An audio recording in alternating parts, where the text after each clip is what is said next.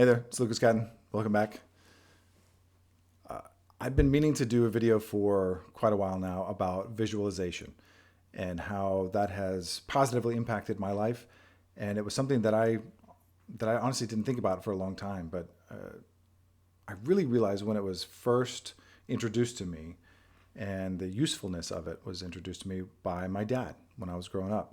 Before game day, sometimes in baseball, he would sit down with me and I would close my eyes and he would walk me through visualizing pitching in baseball and how I would go through my windup and how I would, the feeling of the ball in my hand and the release of it and watching it go and seeing it hit the catcher's mitt and seeing the batter miss it or seeing the umpire call a strike or, all these different scenarios, but being very, very clear, very vivid about what I would see. Even the rotation of the stitching on the ball as I would throw a breaking ball, for example, or that kind of thing, and getting the feeling of that as well, the feeling of the accomplishment of doing that. So if I were to throw a pitch and strike the batter out, how not only the physical feeling of going through the motions and throwing the pitch, but also the sight, the sound of the ball, hitting the catcher's mitt,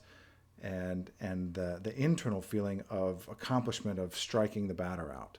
So all these things painted a very real picture inside my mind. And when I would practice this, I would be then up on the pitcher's mound and I could see those same things that I used to visualize in my room happening in real life. And I'd be like, oh my gosh, this is amazing. And I would love it. And I loved pitching. It was a wonderful thing that I really enjoyed and I miss. Maybe I'll play some old man baseball someday, or go to one of those fantasy weekends with a major league team or something like that.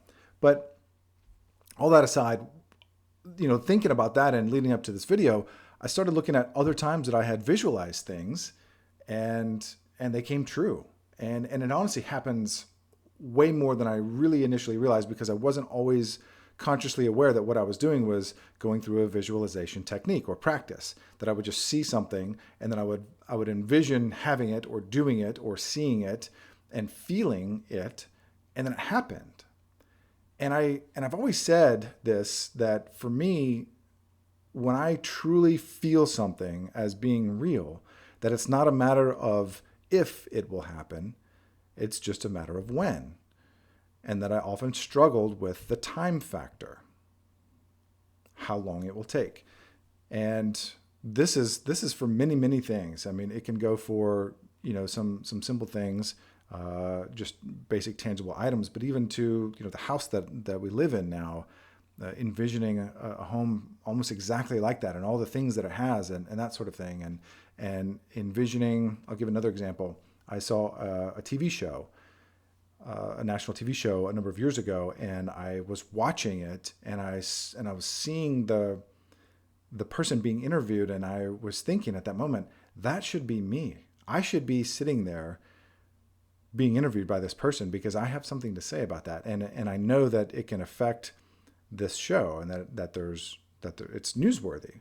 And so, sure enough, just a matter of months later, there was a follow-up show done on that same topic, and I was on that video. And it was really, really an incredible moment for me seeing that and feeling that. And that's part of the key for me, is the feeling that's attached to it. As much vivid imagery that can be brought into it as well, but it is also the physical sensory things, such as, how does it sound? Are there any smells associated with it? Is there, what else am I seeing or noticing in that picture that I'm creating?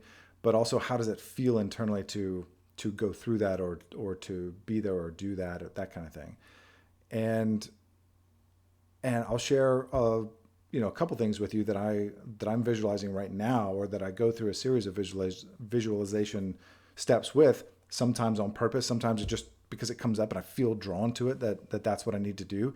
And part of it is on the speaking side of things, and part of it is on this other book that I started that I'm really excited about, and where that's going to go and what we're going to do with that. And then another secret I'll actually share with you is that I can't get the idea out of my head about being president, and not because I actually want to be president. I want to make that part clear, but because on a personal level, I see that our U.S. politics are so divisory right now. It's so one-sided versus another. There's so us versus them and clashing and lots of differences, and it's, red or blue or black or white. There's really not a cohesive feeling in the country, and it shouldn't take a national tragedy to bring us together. It should be led by positivity. And and unfortunately, this election, both the primary and the general election, when that happens in November, it's not going to be any better that way. So, but what I feel, having come from where I've come from and been through what I've been through, that someone like me is who I see needing to lead our country to bring back to a point of healing, to where we can bring people together, working as a team, working as a unified country for the betterment of as many people as possible, not just only if you believe with what we believe, or only if you agree with our politics, our policy. And so, we'll see. I think the average age of many of the candidates now is somewhere in their 70s. I've got 30 plus years to get to that point. But I see that happening someday. So all that aside, going back to visualization and what you can do to potentially help your situation is find some things that you are wanting to do or feel or accomplish, and start visualizing those steps that you need to take in order for that to happen, and really take a moment to get the senses in that visualization, the feeling, the smell, the sight. If there's motion or speed involved, you can sense that, and certainly internally with your heart, what is the feeling that you get from doing that? The excitement, the sense of accomplishment, the love, the gratitude, all the warm feelings that come with that. Because that's where it comes from really as well. Not a sense of fear, like, oh my gosh, I'm visualizing this terrible thing happening, but what are the positive feelings that occur as a result of that?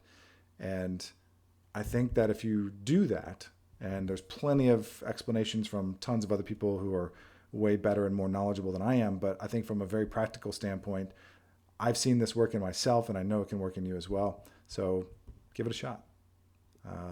Until next time, if you have liked any of the videos that we've done, or have gotten anything out of it, or you want to share that with someone, please do. Certainly, if you haven't yet, please subscribe to the channel. And I would love to connect with you. If you go to lucascatton.com, you can sign up actually for a free video now in the upper right-hand corner that about 4 ways that you can improve your life today. So I look forward to speaking with you and hearing from you soon. Thanks.